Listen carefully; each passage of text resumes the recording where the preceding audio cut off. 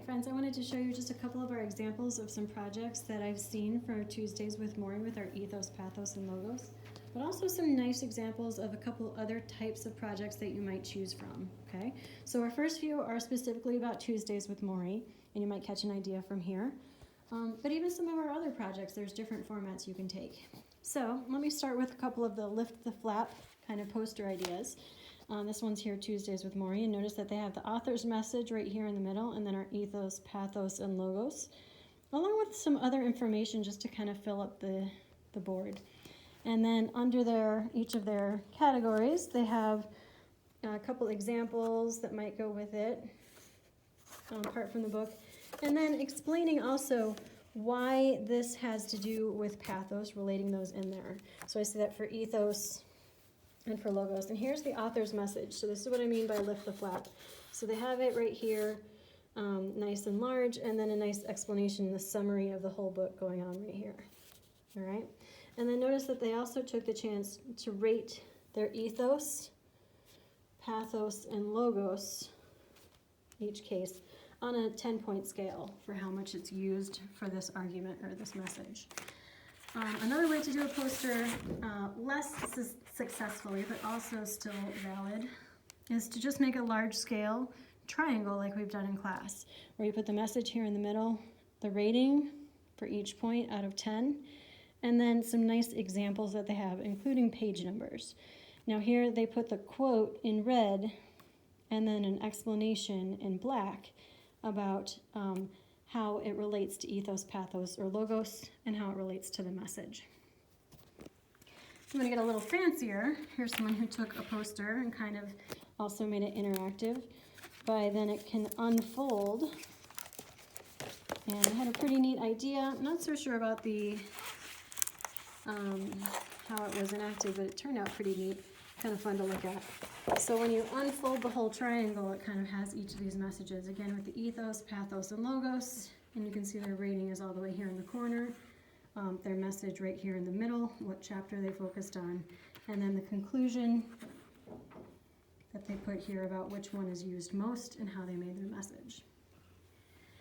Going for the more 3D model, we've talked about how you can make a mobile.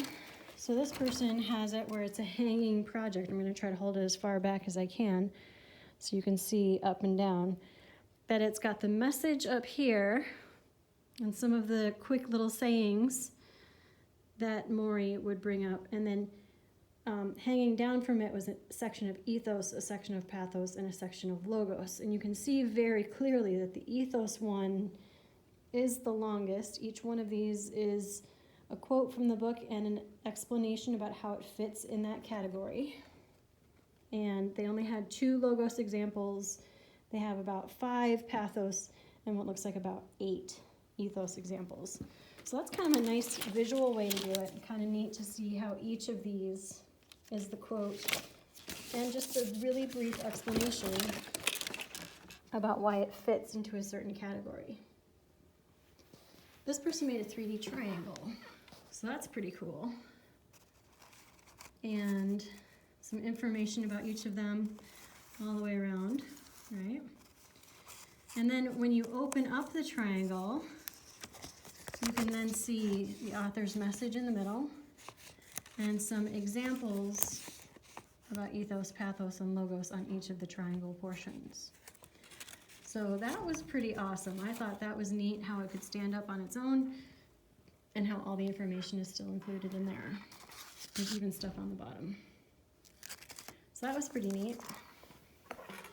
If you're looking for a kind of a better example of a lift the flap, this is one relating to another book, but under each one of these flaps is some information. So I think this was done beautifully. It fits with the theme of the book. This one has to do with being in a hospital and having to recover.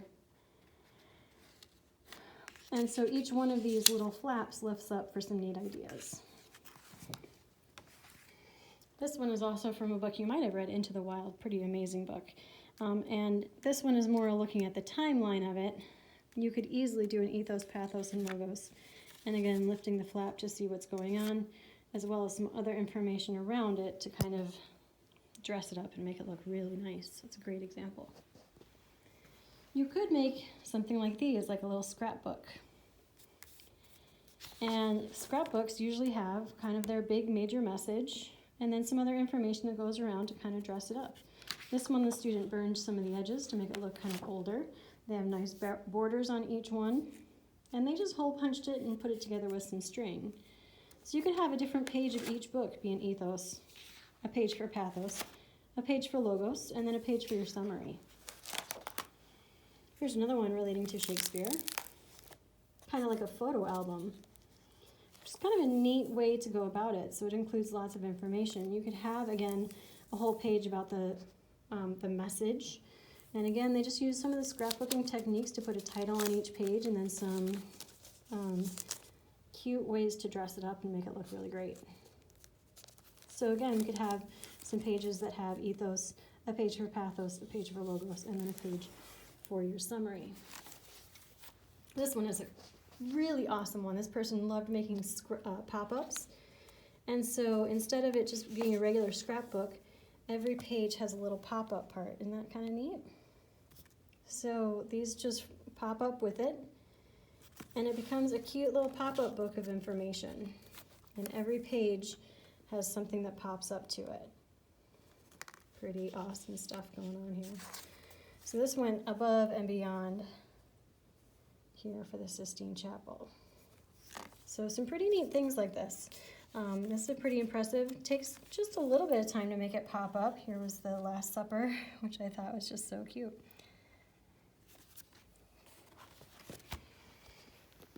If you're more of the brochure type, here are a couple brochures and ideas. This one is more of like a interactive lift the flap kind of brochure, where behind each panel is some information.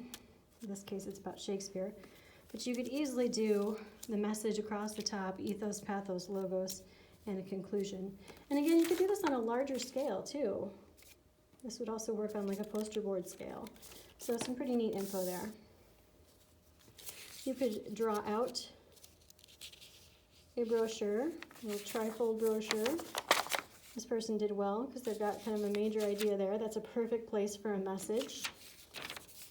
And then here, when you have the trifold, you could have an ethos, a pathos, and a logos section, and then tell me at the bottom what that rating is out of 10. Dressed up with some nice pictures. You can see even printing out pictures and pasting them on is a pretty cool way to go about it as well. Okay, so trifolds work with some pretty neat ideas like this. I have also seen people make a game. So you could build the message out of a game, right? And each of these has some information that would build to it. And you could go to some different places around the board and have to collect maybe an ethos comment, a pathos comment, a logos comment. And then depending on how many you had, we could see which one you have more of or which ones are harder to collect because there are fewer of them. Now remember, there are also lots of other versions that you could do. We talked about some of the other different formats that you might use. And some of those, you might, just take whatever your passion is. If you're into sewing, maybe make a sewing project. Or if you are into woodworking, I've seen someone who made a stool with 3 different legs, and each of the legs, it was written their information. And each leg was a different height on the stool. And so the higher it was, the more support they found for ethos, pathos, or logos on that 3-legged stool. I've seen people make them out of Lego, which is pretty awesome if you're a Lego maniac or you like building Lego models. Build the message out of Lego bricks.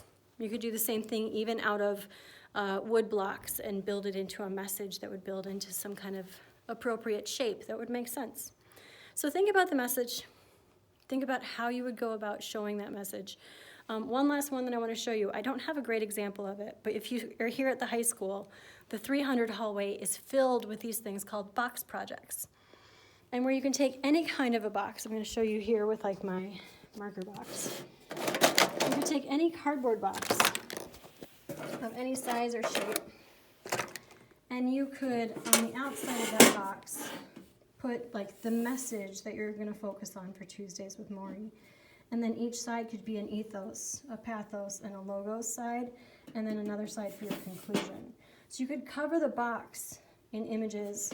I've seen people also do it really well, where they also leave it as an open top box like this, because then also on the inside, you could even put an entire inside filled with ethos examples, maybe, and then pathos examples on the outside, and logos on the top and bottom.